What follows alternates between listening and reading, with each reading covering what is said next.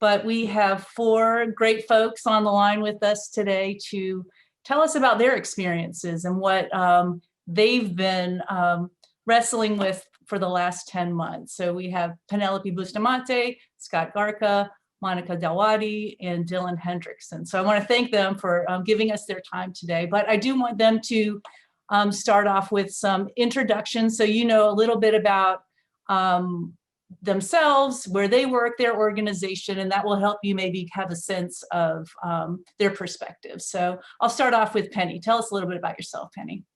Thank you for having me on the panel. So I'm the Chief Operating Officer at an accounting firm in Norfolk, Wall, Einhorn, and Chernitzer.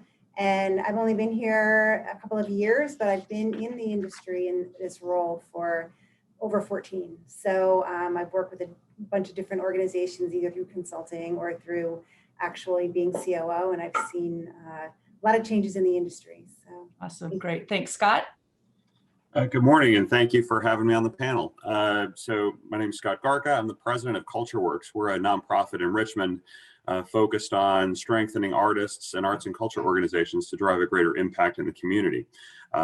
Prior to coming to CultureWorks, I spent 20 plus years in public accounting as well as in industry at Capital One. We got a small team of 4 folks at CultureWorks, and I think we'll leave it at that for now. Great, great. Penny, how many people do you have at your firm? At this firm, we're about 75 to 80. Okay, 75, one location? One location. Okay, great. Monica? Happy New Year, everyone. Monica Modi Dalwadi. I'm the DC Metro Region Managing Partner for Baker Tilly. Been at the firm for the past 17 years and in the profession for about 20 years. I have 400 people in my DC region, and we have 4,500 nationally. So I know I'll have a different perspective than some of the others on the call. And I used to serve on the board of the Washington Improv Theater. So Scott, I'm very curious to see how arts and culture will come into this conversation. I'm in the middle of awesome, Dylan. Go ahead. Whoops, we've got someone with their, that's not on mute. So hopefully we'll get that settled. Go ahead, Dylan. Good morning, everyone. Thanks for having me. Really glad to be here. My name is Dylan Hendrickson. I'm an assurance associate with Dixon Hughes Goodman in Richmond, Virginia. I started at DHG on November 30th. So I've been here for just about a month and a half, coming up on 2 months now. So did the whole onboarding process during the pandemic, completely remote. So that's a unique experience. I just recently finished up my master's at VCU to get the credits for the CPA exam. So right now I'm in the middle of, studying, taking my CPA exams. I just recently passed the first one, so I'm moving on to the next 3. So looking forward to finishing that up sometime soon. Give Dylan a big thank you. Let's go, right. Monica, I want to start off with you. When we were preparing for this presentation, you said that the last 10 months have taught you more leadership lessons than all of your business school training, all your leadership training. Tell us a little bit what you mean about that and maybe how it relates to the mental health of your team. Absolutely. And I'll start off. Stephanie did such an excellent job of sharing something, personal in the beginning well, during her session and in the beginning of this whole morning here. And it was 7 years ago when my son was born and I developed Bell's palsy. So half of my face paralyzed, couldn't speak, couldn't hardly eat.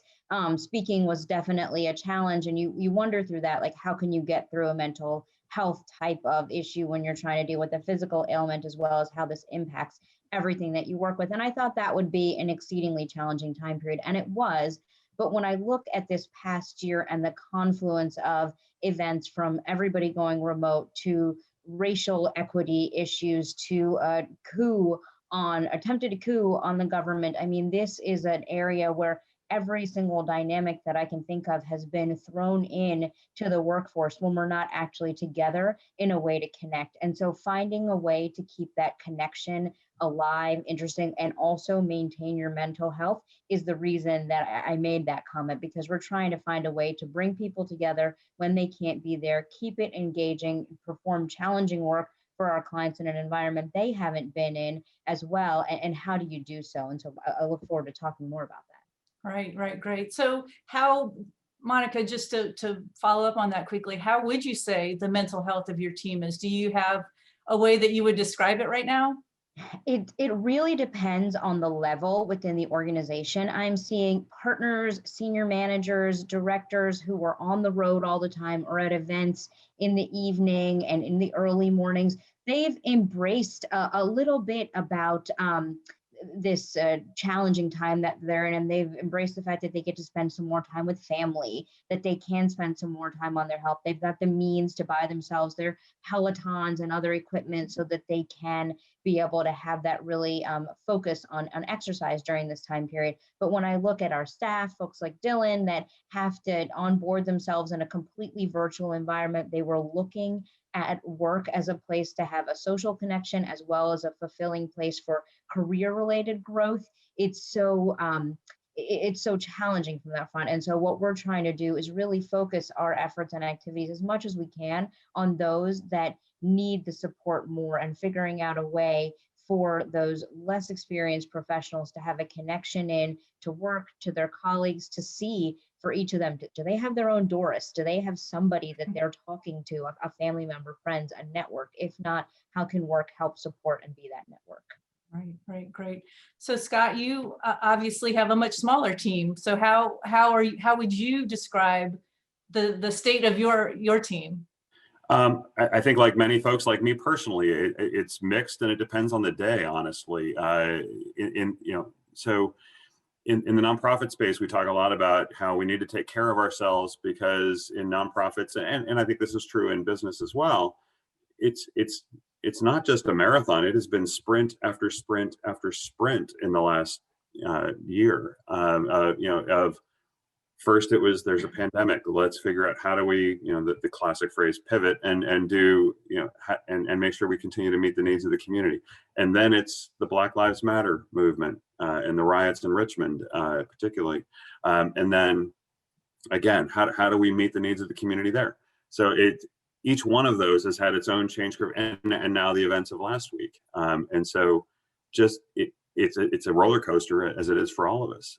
However, I think the thing that the team has going for it is that we've been able to be focused on helping other folks. And so my team has done a tremendous job of meeting the needs of the community that we're serving. And I think they take great pride in that. They take great pleasure in that. And that helps offset a lot of the stress when they're able to see, okay, we are doing really good things, we're making a difference.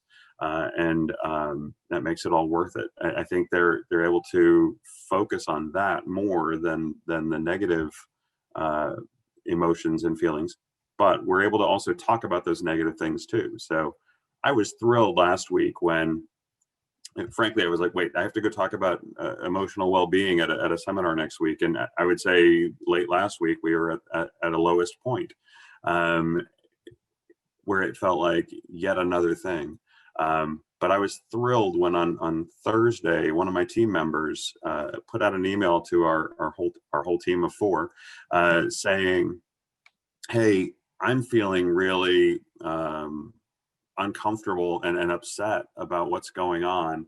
I bet others of you are too. If anybody wants to talk, just give me a call. And that was after several times where I've done that with my team.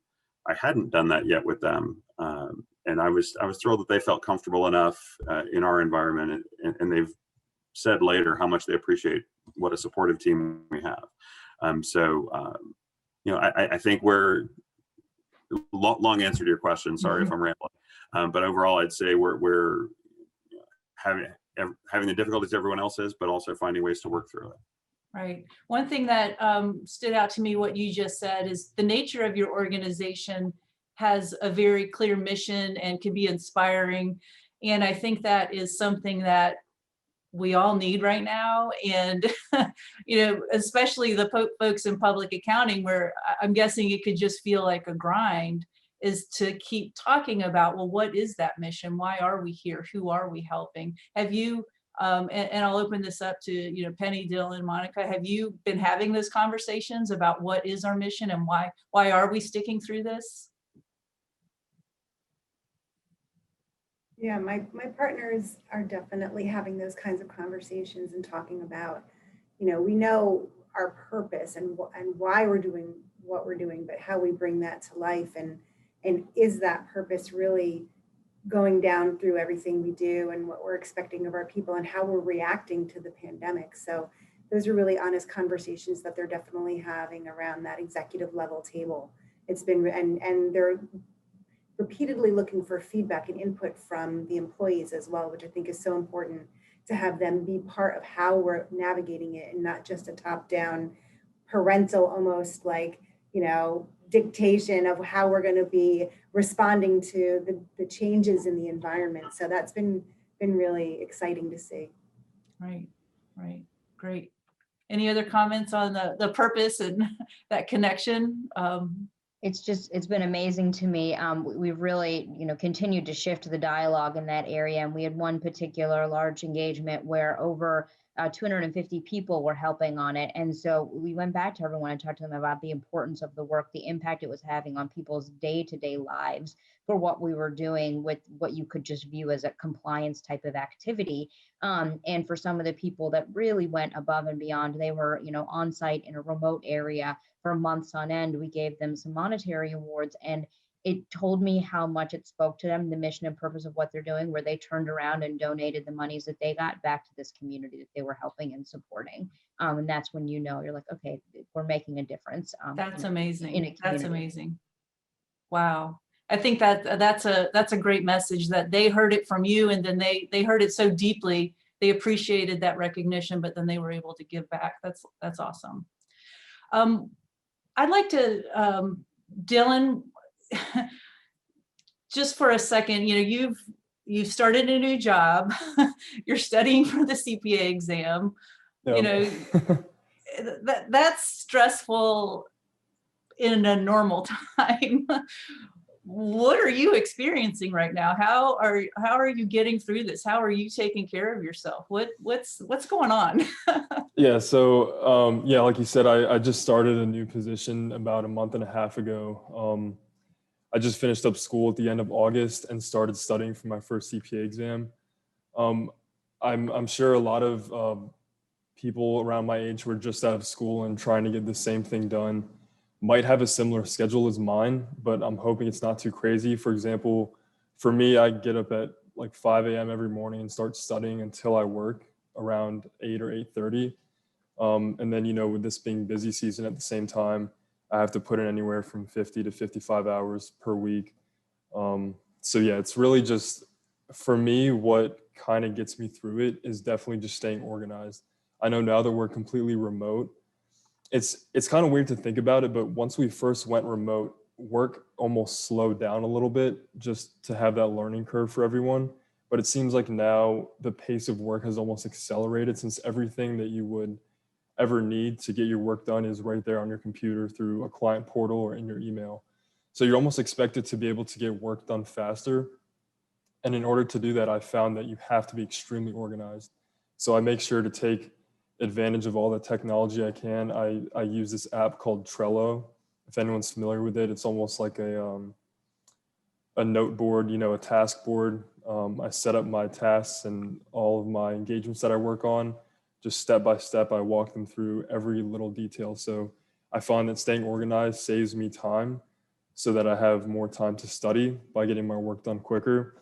And if I have more time to study and I'm more efficient with that, then I have more time to take care of myself. I'm fortunate to live right next to the canal downtown, next to Casa del Barco, like Chaco Bottom area. So I try to get out and walk along the canal as much as possible.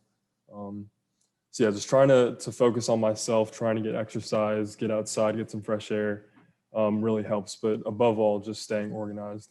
That's what I found has helped me the most. That's great. I think that keeping that mental kind of control seems to be what you're hearing. So for the others, how are you personally handling the situation? What are you personally doing to stay that mentally fit, even leader that your folks need? So Scott, what are you doing? So I was on for the earlier segment, and Stephanie talked about the analogy of take care of yourself before you can take care of others, and that's a mantra that I live by. And so for me, it's been carving out time on my calendar to exercise. And come heck or high water, I'm gonna make sure I find time to get my exercise in at least 3 times a week. But that's also and this is something that I've gotten better at during the pandemic, is saying no to people when they ask for meetings during those times. I don't make excuses for it. I'm just not available. And so that's been one of the biggest things. The other thing is I'm a very, very social person, and I when the pandemic first started, I started reaching out to friends and saying, hey, let's go for a walk in the neighborhood, and be safe about it, and spend time on the back patio when the weather was nicer. It was a lot easier, I find, to stay healthy emotionally when I'm able to connect with others. And it was easier to do that when the weather was nicer. The cold weather's made that harder, but we're still finding ways to get around a fire pit and be safe during those times. I also started a new exercise routine. My wife and daughter got me into yoga, and that has been excellent. I find myself missing it now when I can't do that at least once a week. Yeah. I love when people say, I can't do yoga because I'm not flexible. It's like, well, that's the point, right? Yeah. Great. Penny, what about you? What have you been doing? So definitely before the pandemic, I didn't really give myself a lot of permission to even acknowledge that I felt stress, right? So now with this, you have no choice but to do so. I mean, I'm pretty creative, but I also am really passionate about what I'm doing. So I find a lot of the things I'm doing to manage my stress involves other members of the team. So I'll send out like 10-minute yoga videos, or special, Simon Sinek leadership videos to the team, and we'll have little chats about it. Things like that, that I like to do to sort of just keep in touch with people, and then also just sort of manage my own breathing, just taking a minute to breathe. And, something Scott said is so important. Now that we're working from home, the lines blur about when you should or should not be available, and as a leader in the firm, if I make myself available 24/7, that sets an expectation on the others that they should be too. And I don't want that. So setting those boundaries, is really important. Right. Monica, what are some of the specific things your firm has done to maybe help with those boundaries or help with flexibility? Tell us about some of the clear actions that you all have implemented. Sure, happy to share a couple of different things. Throughout the year, we've implemented disconnect days. These are days when everybody in the firm is off. They're traditionally days that might be slower in the year, so it could happen during 4th of July week, but you don't have any pressure that your partner or your CEO, anybody is going to be messaging you. Everybody's going to be off, and we're encouraging everyone to take the day off, so it's not that always on culture. We've also implemented what we're calling a silver linings program.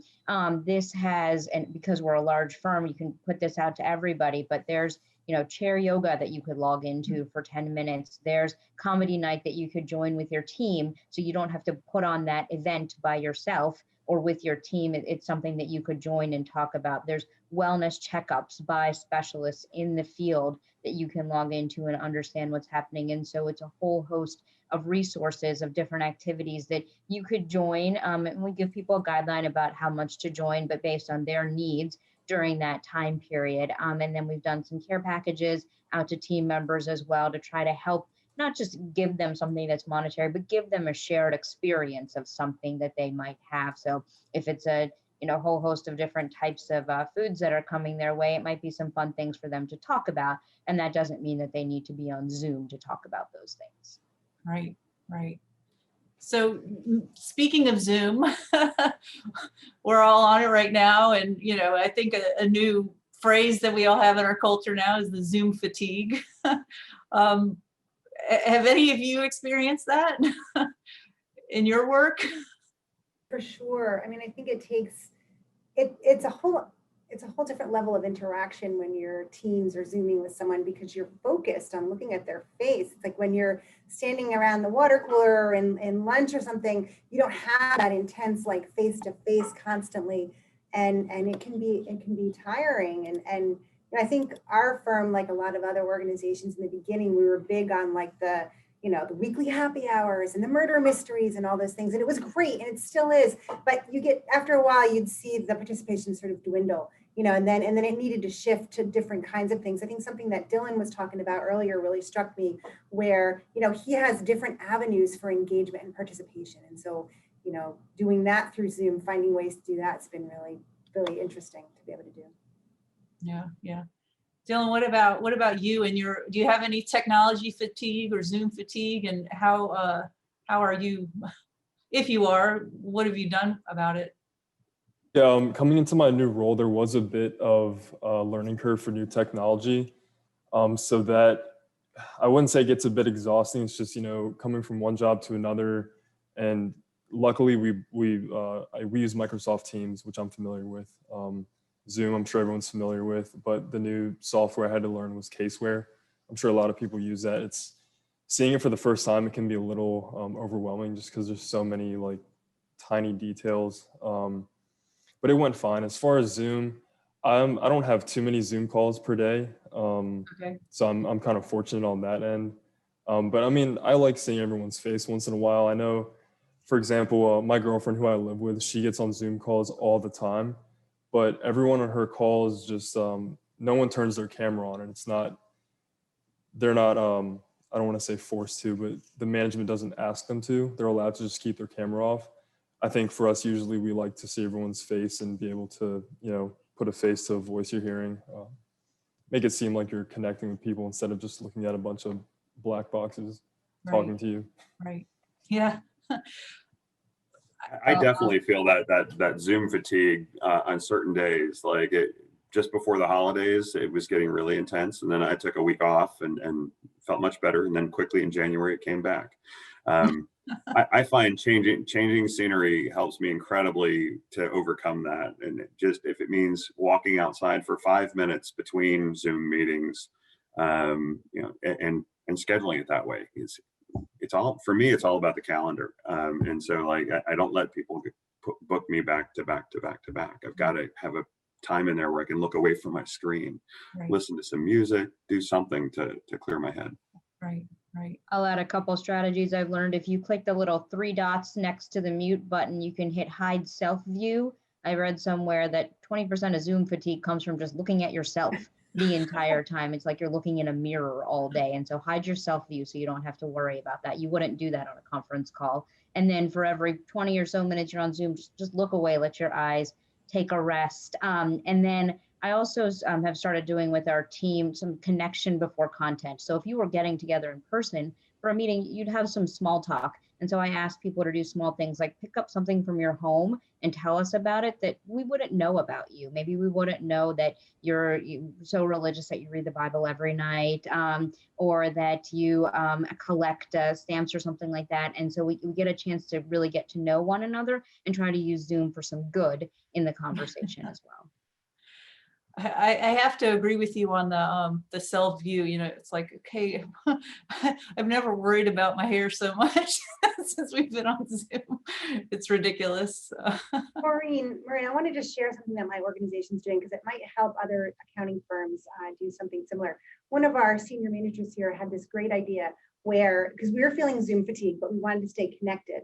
So what our managers and supervisors are going to start to do, or some already have been doing, is when they're doing their daily work, they'll connect on Teams with one of the staff or seniors and just have them share their screen. They're not looking at each other's face, and they're just shadowing and explaining what they're doing in their normal daily work and taking them through different bits.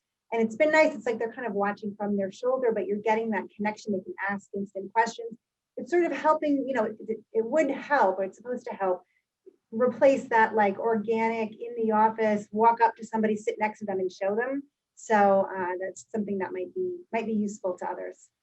I've heard of different versions of that, and it's kind of what someone described it as that shoulder to shoulder training, where I'm not, taking you through a course, but it's like just that shared experience. And I think it's more so in the IT area that I had heard about it, where people are just jumping on a call and they're just working. They're not really there to have a conversation, but it's like, okay, we're in a conference room together, and hey, I need to shout this out to ask you a question. And that just sounded strange to me, but it also brought me to the realization of how that the missing connections that everyone's having, we're finding creative ways to help with that. One other thing our team is doing, I agree with everything everyone's sharing, by the way. One other thing our team is doing is we had a tendency early on when we'd get on a Zoom meeting, we would start with the business at hand and kind of jump into that. And then when the meeting's over, you know, the Zoom call ends and everyone's gone. You don't have any of that before and after conversation. And so we started allowing, really encouraging the 5 minutes of before the meeting starts, let's just talk to each other. One thing that one of my board chairs did once upon a time at in-person board meetings was she had a hat of really weird questions. And she would just pass it around the room, and like between each segment of the board meeting, somebody would draw from the hat and people would answer it. And so we've started trying to do some of that just to get interesting conversation going, continuing to get to know what's going on in people's lives. It's just been really helpful. Dylan, how have you gotten to know your teammates, your new colleagues? It kind of sucks to say, but I haven't gotten the chance to really get to know them. You know, you can't really get to know someone over a few Zoom meetings like you can in person. It's kind of crazy. The office for the firm is 2 blocks away from me down the street in the James Center. So I could go into the office if I really wanted to, but no one's there. So I am really looking forward to getting back in there so I could finally in person meet my colleagues and managers and partners. I think that would be, you know, the time where we can really bond and get to know each other. It's kind of unfortunate that we have to go for however many months it's going to be before we can get back in there and meet each other. But there's a few select people like my seniors or managers who I work with a lot. And, you know, we've been on Zoom calls for like hours at a time over the last few weeks. So I've gotten to know a few people pretty well, but I haven't gotten to know a lot of people. Right. One of the things that, so the onboarding definitely is a new experience. Yeah. I saw someone in the chat wanted to know about that. Yeah. How can you speak to that? Yeah, so this was my first time.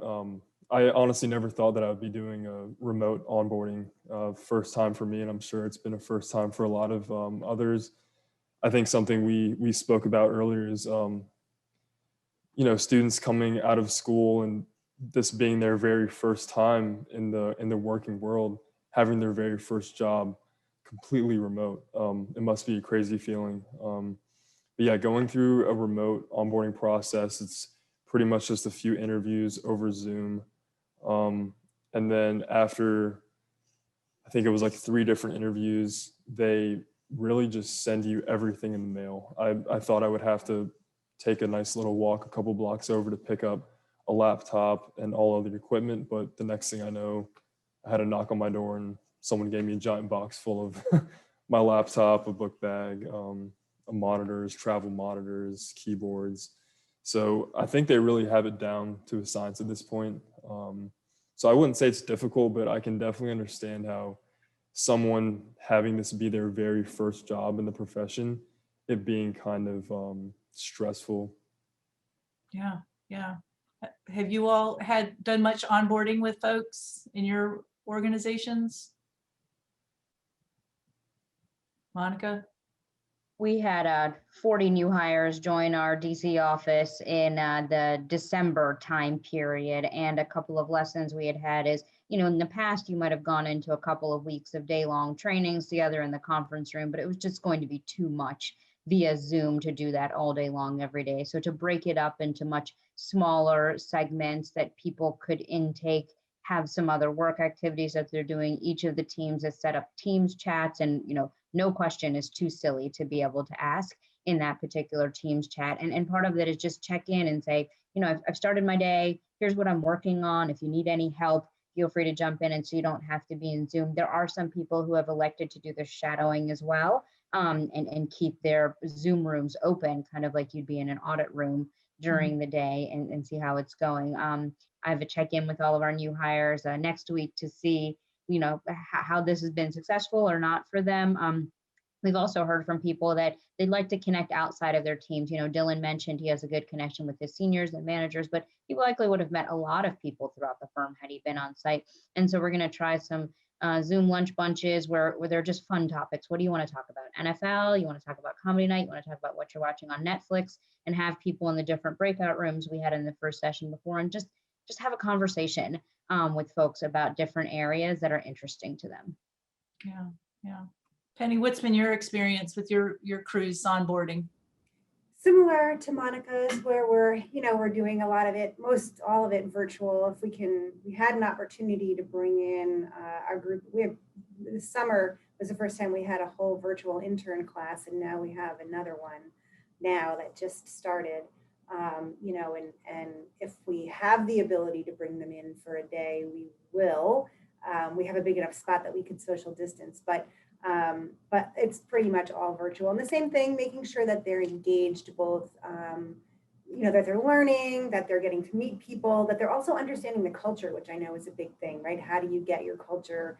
How do you bring out your culture virtually? And it's not just games. Culture isn't just games. It's how you do your work and how you make decisions and how you do rewards and how you give performance and feedback.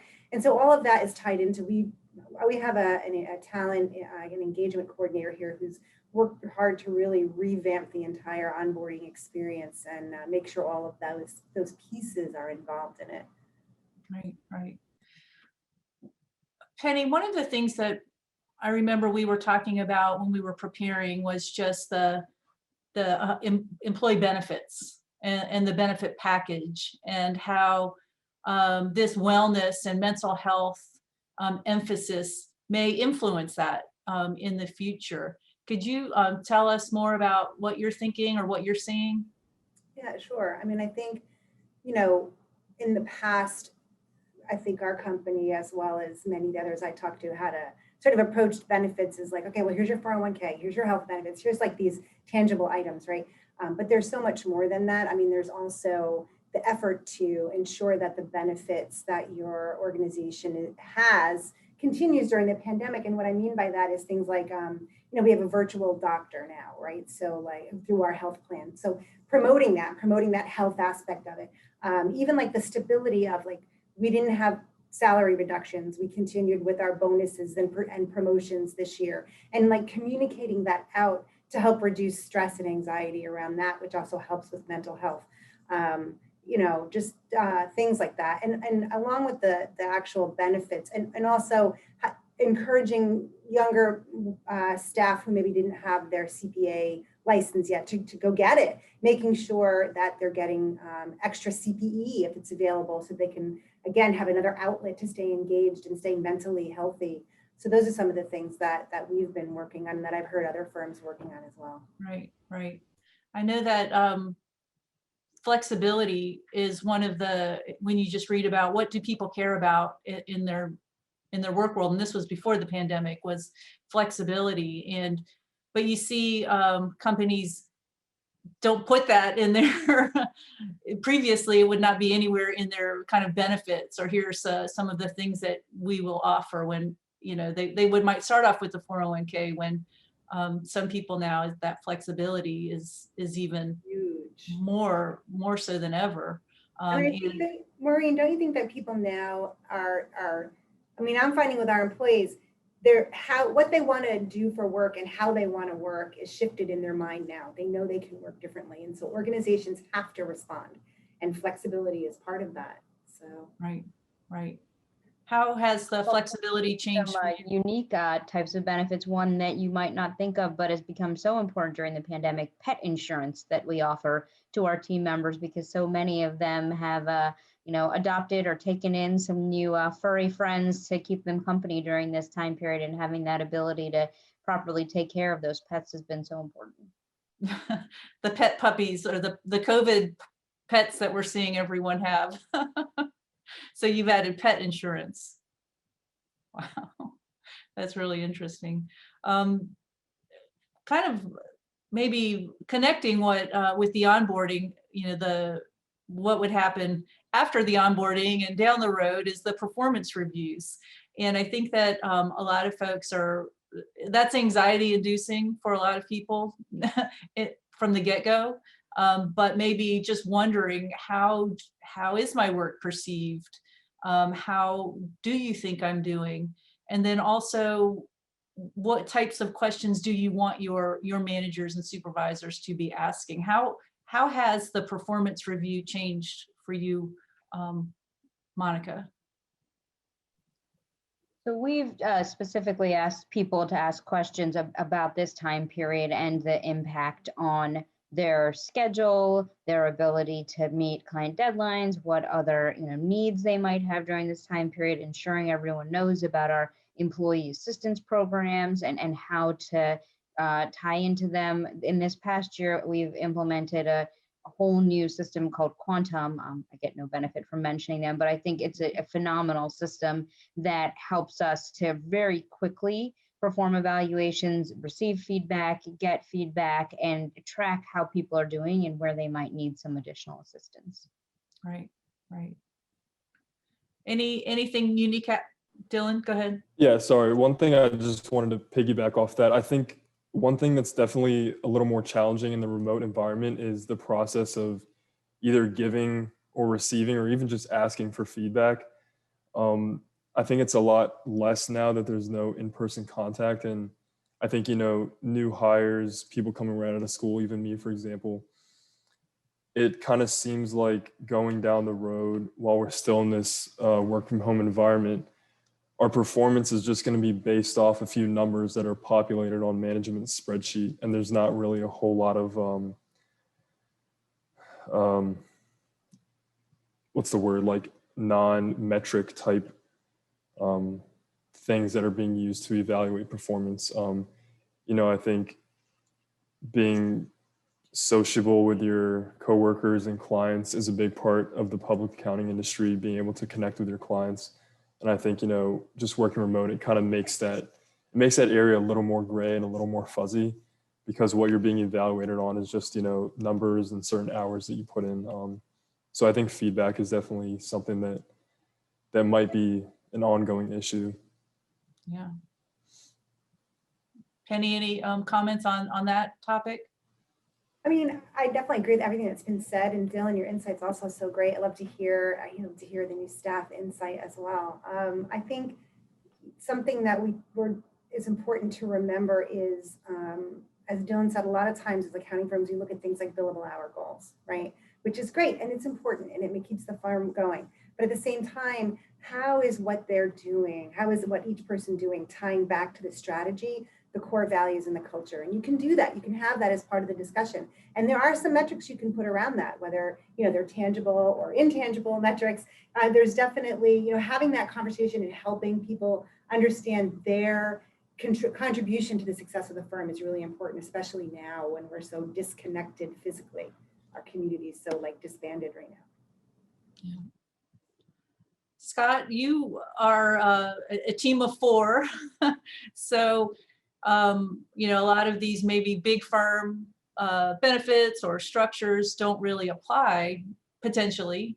What do you think that as a small organization CEO has been important, or what you would want other small association or small organization CEOs to think about as far as leadership right now?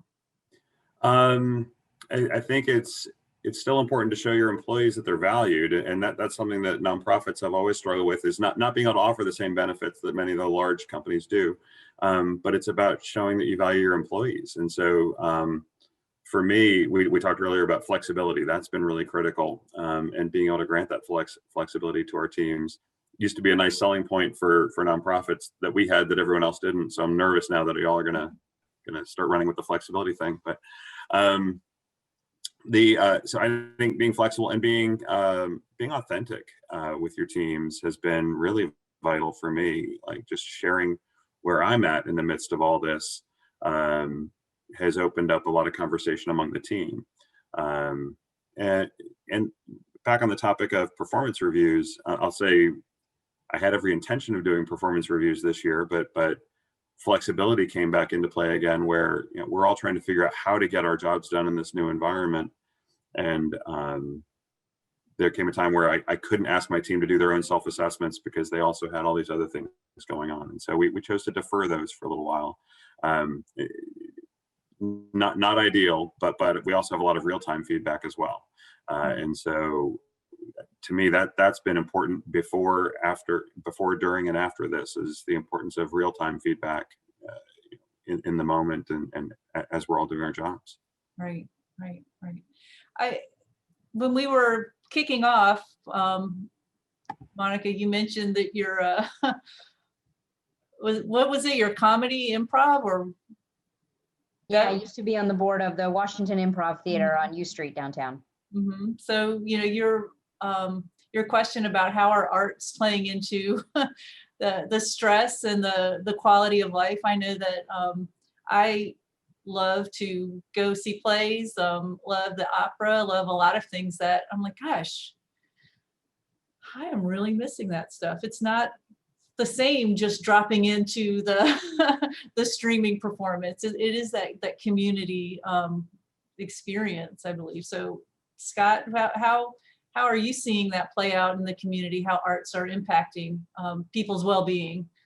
Wow, I'm thrilled to hear everyone talk about that. So it is different. I'm an actor and a singer too. I'm one of those weird right brain and left brain folks. And I tell you, performing arts in particular has been hit the hardest in all this because we can't have audiences like we used to. But I think there's still a great opportunity. Personally, I've been leveraging everyone that I can find in terms of some of the virtual stuff is really helpful still to take a moment and enjoy what we used to enjoy. Yeah, it's a little bit different, but it's still helpful. In Richmond, there are still some in-person things. There was a theater company called Firehouse Theater Company that did a live show in October, and they did one back in May. They were both one-person shows. One was a one-man show, another was a one-woman show. So if you're able and comfortable, that there are still some in-person opportunities to go out and safely enjoy some arts and culture.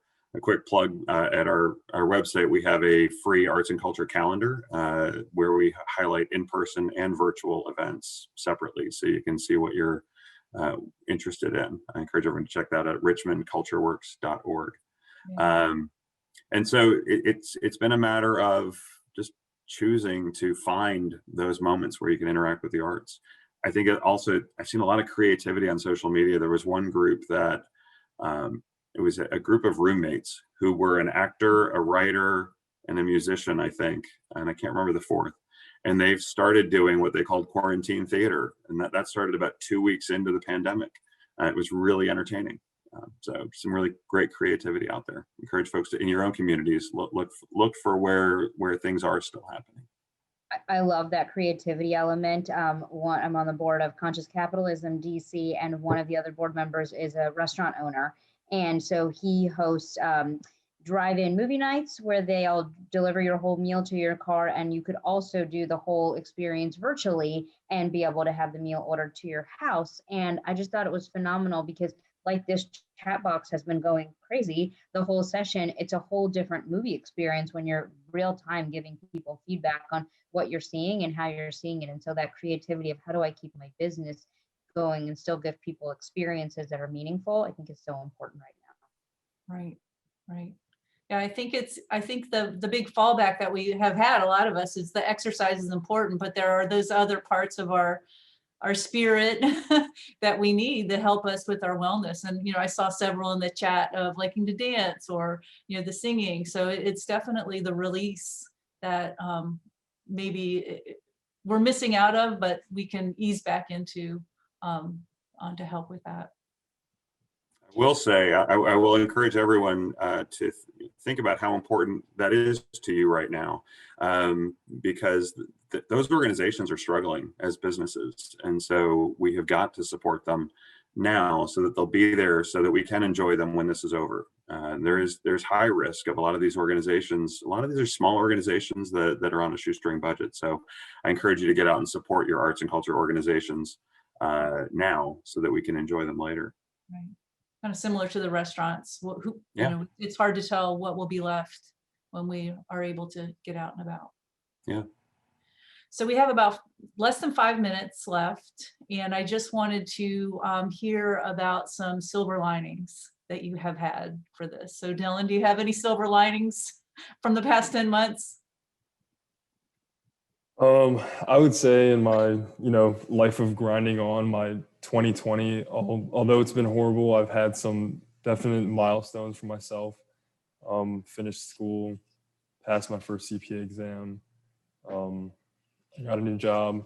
I think, looking back to it and being so isolated during quarantine, and even still to this day, working at home 10 hours a day, 10 hours plus.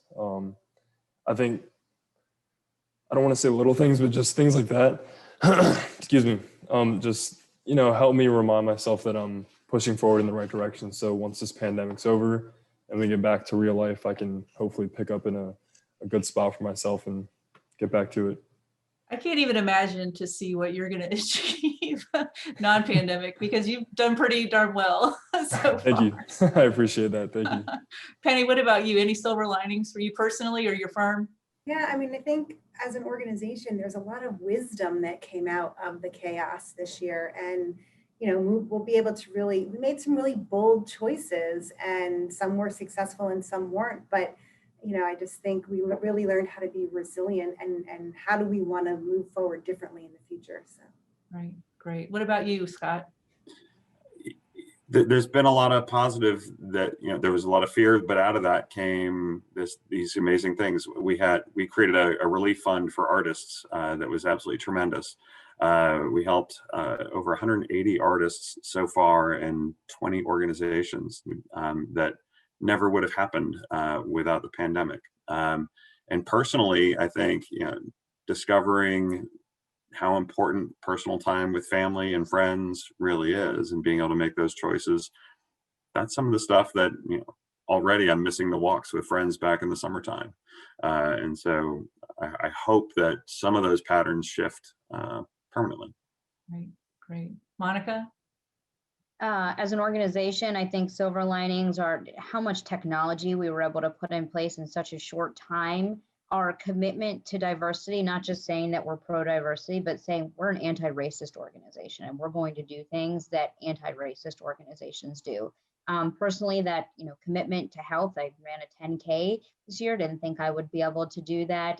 The ability to spend so much time with family. I had my children over the break write down what would their perfect day look like in a COVID environment. And they took poster board and they created their perfect day, and we executed upon their perfect days. And that'll be a memory that they have and we have through this time period that I think is very special.